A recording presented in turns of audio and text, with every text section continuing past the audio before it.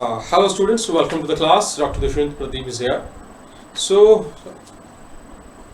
previous lectures we have studied about the wave optics और wave optics में हम ले रहे हैं जो topic that is interference और interference में हम एक experiment study कर रहे हैं that is Young's double slit experiment. आज के इस lecture में हम study करेंगे कि हमारे पास जो best condition of constructive and destructive interference की क्या है. So आज का टॉपिक स्टार्ट करते हैं. तो topic is conditions for constructive and destructive interference.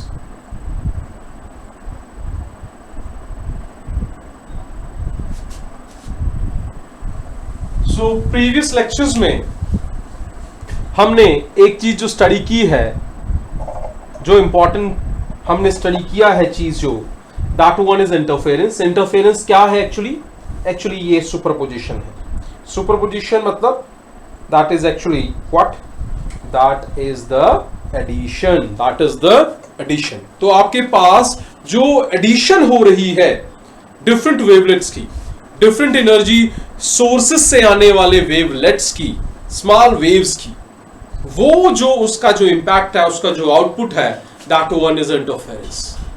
तो आज हम स्टडी करेंगे कि क्या कंडीशन हो सकती हैं कि अगर वो दो इंटरफेयरिंग वेवलेट्स या वेव्स, स्मॉल वेव्स एक दूसरे के साथ मिक्सअप होती हैं, तो किस केस में वो कंस्ट्रक्टिव इंटरफेरेंस देंगे. Constructive means positive. Positive means with increased intensity. Intensity कब इंक्रीज होगी, मींस हमारे पास हमें ब्राइट फ्रिंजेस कब मिलेंगी. और दूसरा डिस्ट्रक्टिव इंटरफेरेंस किस केस में देंगे, मींस नेगेटिव इंटरफेरेंस, या आप कह सकते हो कि हमें डार्क फ्रिंजेस कब देंगे. तो ये केसेस हम स्टडी करेंगे आज, और यहां पे हम देखेंगे कि क्या कंडीशंस होंगी भाई, क्या इंसिडेंस होगा, क्या ऑब्लिक्विटी होगी. So let's start with that. So सबसे पहले हम क्या कंसीडर करते हैं, हम उन्हीं रीजंस को कंसीडर करते हैं. मींस हम दो वेवलेट्स को लेते हैं.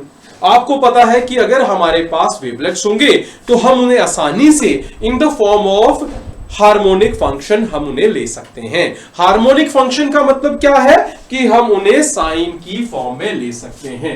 Let's consider two wavelets. Then दो वेव ले रहा हूं मैं, स्मॉल वेव ले रहा हूं y1 और y2. आपके पास दो वेवलेट्स हैं.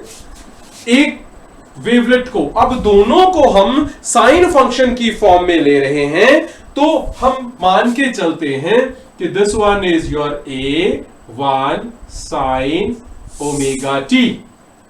पहला वेवलेट है आपका that is a1 sine omega T, और दूसरा वेवलेट जो है आपका that is a2 sine omega T. अब ये दोनों जरूरी नहीं है कि दोनों का फेज जो ये एंगल रिप्रेजेंट कर रहा है वो सेम हो. इस केस को जनरलाइज करने के लिए I am going to enter over here a small phase difference of phi. So phi जो है आपके पास वो आपका फेज डिफरेंस है. किसके बीच में फेज डिफरेंस है, phase difference between y1 and y2. देख सकते हैं आप इसका phase omega T plus phi है और इसका फेज ओमेगा टी है. दोनों को सबट्रैक्ट कर लीजिए तो आपके पास क्या बच रहा है, phi. So phi is going to be the phase difference. चलिए इतनी बात आ गई. अब हमारे पास क्या हो रहा है, ये दोनों वेवलेट्स एक दूसरे के साथ इंटरफेयर कर रहे हैं. So I am going to add these two. So I am going to get something. Let's see what is it. And that resultant is y. Consider कर रहा हूं मैं उसे, और वो y क्या है, इन दोनों का एडिशन है. किसका एडिशन है, y1 और y2 का एडिशन है. तो y1 और y2 को ऐड कीजिए भाई. a1 sine omega T plus a2 sine omega T plus five. Sine of a plus b, तो क्या आ गया आपके पास, sine of A plus B.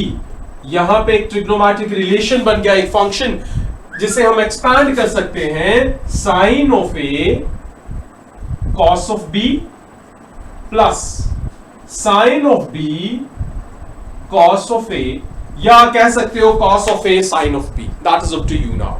तो ये फॉर्मूला यहां पे इंसर्ट कीजिए। साइन ए की जगह आपके पास आ गया है ओमेगा टी और बी की जगह है आपके पास phi. So A two sine omega T cos phi,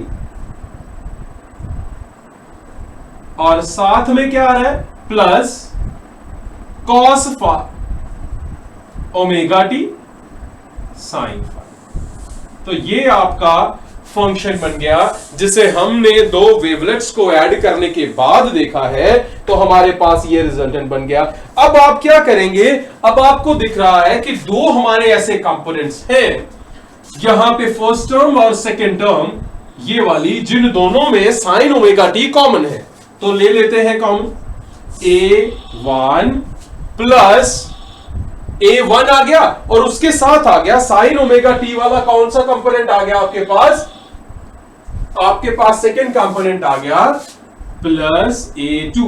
ये दोनों के साथ टर्म्स के साथ मल्टीप्लाई होगा, तो पहले वाले का बन जाएगा a2 cos फाई, ये आ गया a1 plus a2 cos phi, और दोनों के साथ कॉमन क्या था भाई आपका साइन ओमेगा टी। डन हो गई। दूसरा बच गया आपके पास a2 cos omega T sine phi. तो भाई यहां तक आपकी टर्म्स बन गई a1 plus a2 cos phi, और यहां पे ये आपका फिक्स वैल्यू बन गई किसकी, y की। लेकिन अभी तक y जो है आपका, उसे हम कंपेयर नहीं कर पा रहे हैं आसानी से आपके इनिशियल y1 और y2 के साथ। तो इसलिए क्या करते हैं, कुछ सपोजिशंस करते हैं। सपोजिशन इस तरह से करेंगे कि हमारा जो फंक्शन है वो सिमिलर हो जाए किसके, हमारे इनिशियल फंक्शंस के, मींस हार्मोनिक फंक्शंस की फॉर्म में। तो इसलिए हम क्या करते हैं, हम अज्यूम कर लेते हैं कि ये जो मेरी फर्स्ट टर्म आ रही है a1 plus a2 cos phi, इसे हम मान के चल लेते हैं a cos थीटा। एक, अब देखिए यहां पे सिमिलरिटी क्या है, a हम नाउ निकाल लेंगे यहां से, cos फंक्शन है, जो वेरिएशन है इस फंक्शन की वो इसकी भी cos है और इसकी भी cos है, इसलिए फंक्शन की वेरिएबिलिटी में फंक्शन की जो रिप्रेजेंटेशन है उसमें कोई फर्क नहीं आएगा। डन। और दूसरा टर्म जो है आपका वो आ गया a2 sin फाई, यहां से a2 sin फाई को निकाल लेंगे और इनकी जगह हम क्या ले आएंगे, a, दोनों की जगह यहां पे आपके पास आ गया a sine phi, a2 sine phi की, पहले वाले में क्या किया आपने cos फाई की जगह ले आए, अब आपने साइन फाई की जगह ले आना है, और that will be your a sine theta. Again a की वैल्यू हम निकालेंगे और साइन की वैल्यू वो आपका फंक्शन वैसा ही रह गया। अब यहां से देखिए कि ये फंक्शन जो है अब जाके क्या बना, अब आपका रिजल्टेंट y देखिए क्या बन रहा है। आपने पहला क्या असम्पशन लिया है यहां कि a1 plus a2 cos phi, इसको आपने ले लिया a cos थीटा के बराबर, और दूसरा आपने a2 sin फाई ले लिया a sin थीटा के बराबर। चलिए ये अपनी जगह रह गए। अब इनकी जगह ये वैल्यू डाल दीजिए, ये वैल्यूज यहीं पे पुट कर दीजिए, यहां पे ही देख लीजिए, मैं यहीं पे पुट कर रहा हूं। सो ये बन गया a cos थीटा, इसकी जगह आ गया। चलिए साथ में इसके क्या था, साइन ओमेगा टी, डन हो गया, प्लस a2 sin फाई की जगह आ गया a sin थीटा, और साथ में रह गया cos ओमेगा टी।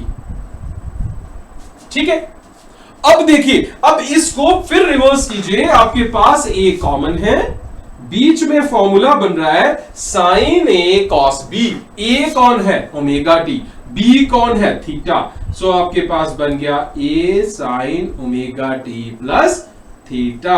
अब पहले वाली टर्म जो है उससे मिलता जुलता एक फंक्शन आ गया है, इसका मतलब है जो रिजल्टेंट है उसकी भी रिप्रेजेंटेशन सिमिलर है as compared to y1 and y2।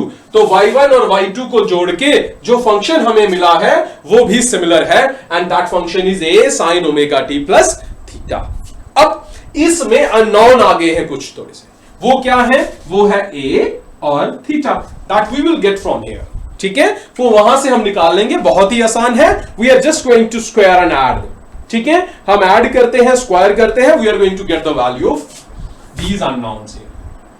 ठीक है भाई, तो ये आपकी एक फंक्शन आ गया, ये रिजल्टेंट है आपका। तो ये रिजल्टेंट वेव जो है उसमें फेज आ गया ओमेगा टी प्लस थीटा, और उसका रिजल्टेंट का जो एम्पलीट्यूड है भाई, इन फंक्शंस में डिस्प्लेसमेंट y1 और y2 है और एम्पलीट्यूड्स हैं a1 और a2। ये कौन थे? वो जो कंपोनेंट्स थे। अब फाइनल जो आ गया है उसमें आपका फंक्शन का एम्पलीट्यूड है a, कैपिटल A, और उसका डिस्प्लेसमेंट है y। तो ये नई वेव बन गई है जो रिजल्टेंट वेव है। चलिए देखते हैं इसमें ये जो अब वेव बनी है हमारे पास, इसकी a की वैल्यूज क्या है। बस ऐड कीजिए, स्क्वायर एंड ऐड, इन दोनों को स्क्वायर कीजिए और ऐड कीजिए। मैं राइट हैंड साइड ले रहा हूं, पहले स्क्वायर कीजिए, a square cos square theta. चलिए ये अब इसकी जरूरत नहीं है हमें। a square cos square theta plus a square sine square theta, right hand side आ गया, is equal to left hand side पे आ जाइए। ये इसको स्क्वायर करना है पूरे को, तो ये बन जाएगा a1 plus a2 cos five का होल स्क्वायर, प्लस ऐड करना है किसके साथ? स्क्वायर के साथ, a2 का स्क्वायर साइन स्क्वायर फाइव। चलिए ये आपका आ गया। अब ये फंक्शन आपने पिछला नोट कर लिया है, सो वो आपके पास फंक्शन आ गया। यहां पे कीजिए सॉल्व। मैं इसे अब यहां ला रहा हूं, कॉस स्क्वायर थीटा और sine square theta. a square common आ गया तो बीच में बच गया ये कॉस स्क्वायर थीटा और साइन स्क्वायर थीटा। तो a स्क्वायर कॉमन, बीच में आ गया cos square theta plus sine square theta. यो एक आइडेंटिटी है और वो यूनिट है उसकी वैल्यू, सो मैं उसे लीव कर रहा हूं, क्योंकि sign square theta plus cos square theta क्या होता है? 1 होता है भाई। उसके बाद राइट हैंड साइड में a1 plus a2 cos five का होल स्क्वायर, तो ये बन गया आपका a प्लस b का होल स्क्वायर। a1 का स्क्वायर, b कौन है? a2 का square cos square five, a का स्क्वायर b का स्क्वायर प्लस 2। a कौन है? a1, b कौन है? a2 cos 5। तो ये बन गया प्लस a2 का स्क्वायर साइन स्क्वायर 5। ये कंपोनेंट आ गया साथ में। चलिए ये भी हो गया खत्म। तो ये आपके पास बन गया ये सारा। अब यहां देखिए सेकेंड टर्म और फोर्थ टर्म में a2 स्क्वायर अगर निकाल दें तो बीच में फिर से वही आइडेंटिटी बन रही है, that is sine square theta plus cos square theta. तो आपका बन गया a1 का स्क्वायर प्लस a2 का स्क्वायर बन गया, क्योंकि बीच में दूसरे और चौथे को जब हम इकट्ठा करेंगे तो a2 का स्क्वायर कॉमन रह जाएगा, बीच में बच जाएगा sine square 5 plus cos square 5, वो 1 हो जाएगा, प्लस 2a1 a2 कॉस का 5। ये क्या आ गया भाई? a का स्क्वायर। अब अगर आपको पूछा जाए what is the resultant intensity, क्या है? What is the resultant intensity? आपको पता है भाई इंटेंसिटी जो होती है that is proportional to a का स्क्वायर होती है, प्रोपोर्शनल टू एम्पलीट्यूड का स्क्वायर होती है। तो भाई वो तो निकल गई, प्रोपोर्शन आपका निकल गया, लेकिन मुझे चाहिए क्या? Amplitude. So amplitude would be under root of a1 का स्क्वायर प्लस a2 का square plus 2a1 a2 cos का 5। भाई आप सब अब बहुत अच्छी तरह से जानते हैं कि ऐसा रिलेशन मेरे पास तभी आता है जब मैं दो वेक्टर्स का रिजल्टेंट निकालता हूं। तो भाई वेक्टर है ना, डिस्प्लेसमेंट वेक्टर्स है ना, ये तो किसके डिस्प्लेसमेंट वेक्टर्स हैं? दो वेवलेट्स के। तो यहां पे रिजल्टेंट भी वैसा ही आया है। तो a अननोन था, दूसरा अननोन था मेरे पास, कौन था भाई? दूसरा अननोन था मेरे पास फाई और थीटा। फाई मुझे था, मैंने शुरू से लिया था, अब मुझे चाहिए थीटा। थीटा चाहिए, उसके लिए जो हमने दो सपोजिशंस की थी, उन दोनों सपोजिशंस को ही हम डिवाइड करेंगे, उन दोनों सपोजिशंस को हम डिवाइड करके थीटा की वैल्यू भी निकाल सकते हैं। वो बड़ा इशू नहीं है, क्योंकि साइन बाय कॉस आ जाएगा, क्योंकि आपके पास सपोजिशंस जो थी उन्हीं को यूज करके डिवाइड करके, दैट इज योर पार्ट। ठीक है भाई, ये था आपके पास एक फॉर्म। अब इंटेंसिटी की फॉर्मेशंस आ गई। अब बात जो हम करेंगे दैट इज कि कंस्ट्रक्टिव कब होगा और डिस्ट्रक्टिव कब होगा। जब आपको पता है कि वैल्यूज जब मैक्सिमम होती हैं, जब वैल्यूज मैक्सिमम होती हैं तब बनता है कंस्ट्रक्टिव, और जब मिनिमम होता है तो बनती है डिस्ट्रक्टिव इंटरफेरेंस। तो चलिए अब हम कंडीशंस बनाते हैं। इक्वेशंस तो हमें सारी की सारी मिल गई। चलिए, ये आपको तो मेमोराइज हो चुका होगा, इतनी बारी हमने निकाल लिया है। तो अब लेते हैं पहली कंस्ट्रक्टिव इंटरफेरेंस कि कंस्ट्रक्टिव की कंडीशन क्या है। चलिए जी, बहुत ही इंपॉर्टेंट है ये। कंस्ट्रक्टिव की कंडीशन क्या है? आपने कंडीशन निकाल ली भाई, आपने कंडीशन निकाल ली है। एक्चुअली हम सिर्फ उसमें एक जनरलाइजेशन करेंगे। अब कंस्ट्रक्टिव इंटरफेरेंस तब होगा जब मेरे पास वैल्यू जो होगी वो मैक्सिमम होगी। वैल्यू मैक्सिमम कब होगी?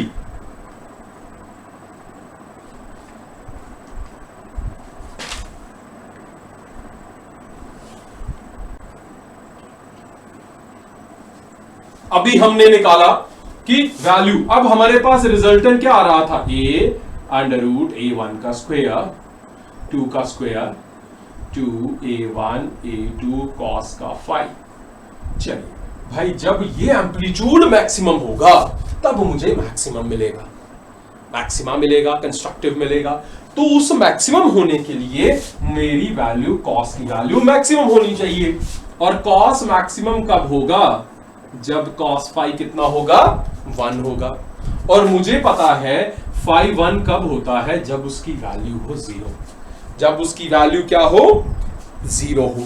भाई सिर्फ 0 पे नहीं, 0, 2 पाई, 4 पाई, 6 पाई, मीन्स आप कह सकते हो 2n multiple of pi, means even multiple of pi अगर हो, मेरा फंक्शन, मेरा फाई जो है, मेरा फेज डिफरेंस जो है, फाई क्या है? फेज डिफरेंस अगर 2 का मल्टीपल हो तो तब मुझे क्या मिल सकता है? तब भाई मुझे मिल सकता है कंस्ट्रक्टिव इंटरफेरेंस। तब मुझे क्या मिल सकता है? Constructive interference. अब बात करते हैं कि अगर पाथ डिफरेंस की बात निकालनी हो, क्या निकालना हो? पाथ डिफरेंस निकालना हो। आपको पता है फेज डिफरेंस जो होता है, वो फेज डिफरेंस किसके बराबर होता है भाई? किसके बराबर होता है? 2 pi by lambda into path difference. ठीक है, फेज डिफरेंस का रिलेशन है phase difference phi is equal to 2 pi by lambda into path difference. ठीक, ये रिलेशन याद रखना आपने भाई, बहुत ही इंपॉर्टेंट है। तो फाई आपको मिल गया 2n पाई,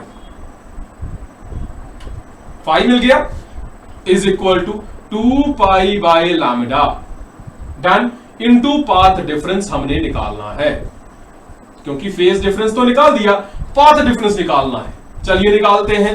पाथ डिफरेंस किसके बराबर हो गया? पाथ डिफरेंस को मैं लिख रहा हूं p डॉट d डॉट, या सिंपली p भी लिख सकते हो आप। तो 2n पाई लैम्डा ऊपर चला जाएगा अपॉन 2 पाई हो जाएगा। देख लीजिए क्या बचा, 2 कट गया, पाई कट गया, सिर्फ बच गया एन लैम्डा। तो फेज डिफरेंस, अब कंडीशन देखो क्या बन गई आपकी कंस्ट्रक्टिव की। Constructive interference, positive interference, bright fringes तभी बनेंगी जब फेज वाला डिफरेंस, दोनों के बीच का एंगुलर डिफरेंस 2n पाई होगा, मतलब इवन मल्टीपल ऑफ पाई होगा। और पाथ वाला डिफरेंस होगा इंटीग्रल मल्टीपल ऑफ लैम्डा।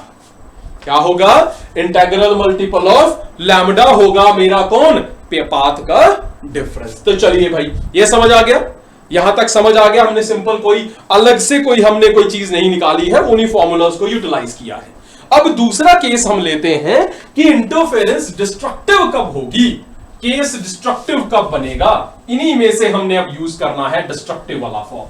तो पहला केस तो आ गया आपका कंस्ट्रक्टिव का। अब बात कर लेते हैं डिस्ट्रक्टिव की। डिस्ट्रक्टिव है, फॉर्मूला वही है। डिस्ट्रक्टिव के केस में अगेन फाई कब होगा मिनिमम, कब मेरे पास cos फाई क्या होगा, -1 होगा। तो आपको पता है cos फाई -1 कब होता है, जब आपके पास फाई की वैल्यू क्या हो, 180 हो। 3 pi means 180 means pi, 3 pi 5 pi means odd multiple of pi. Done. तो आपके पास pi odd multiple of pi की फॉर्मेशन में अगर आ जाए तो तब तो इसे हम आसानी से लिख सकते हैं 2n - 1 पाई। ठीक है, ऑड मल्टीपल ऑफ पाई आ गया आपके पास 2n - 1 पाई। n की वैल्यूज डालते रहिए, 0 से शुरू कर लीजिए, 1 से शुरू कर लीजिए, यहां पे 1 3 5 7 9। अब फाई तो आ गया। अभी हमने पढ़ा है कि फाई होता है भाई 2 pi by lambda into path का डिफरेंस। तो पाथ डिफरेंस क्या हो गया, लैम्डा को मल्टीप्लाई कर दीजिए फाई से अपॉन 2 पाई। अब फाई की वैल्यू तो पता है हमें 2n - 1 इनटू पाई है, लैम्डा यहां फॉर्मूला से आ गया अपॉन 2 पाई। भाई पाई पाई तो कट गया, तो you got what, you got path difference is equal to 2n - 1। 2n - 1 means odd number किसका, लैम्डा बाय 2 का। तो यहां से फिर से इसे ले जाइए, यहां पे फाई की value 2n - 1 odd multiple of pi, और आपका path difference odd multiple of half wavelength, odd multiple of half wavelength. ध्यान रखें, पहले दो केसेस हैं कंस्ट्रक्टिव के, पहले दो केसेस हैं कंस्ट्रक्टिव के, अगले दो केसेस हैं डिस्ट्रक्टिव के। कंस्ट्रक्टिव में ध्यान से कंपेयर कीजिए, कंस्ट्रक्टिव में फेज डिफरेंस है even multiple of pi, destructive में फेज डिफरेंस है odd multiple of pi. Path difference constructive में है इंटीग्रल मल्टीपल ऑफ लैम्डा, और यहां पे है odd multiple of lambda by 2।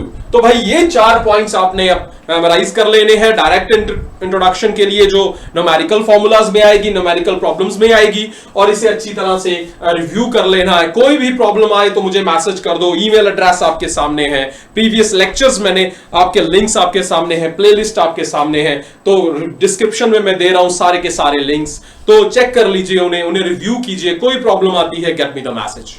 तो यहां तक आपका क्लियर हो जाना चाहिए। यहां पे कोई प्रॉब्लम आए तो आप मुझे मैसेज कर सकते हो।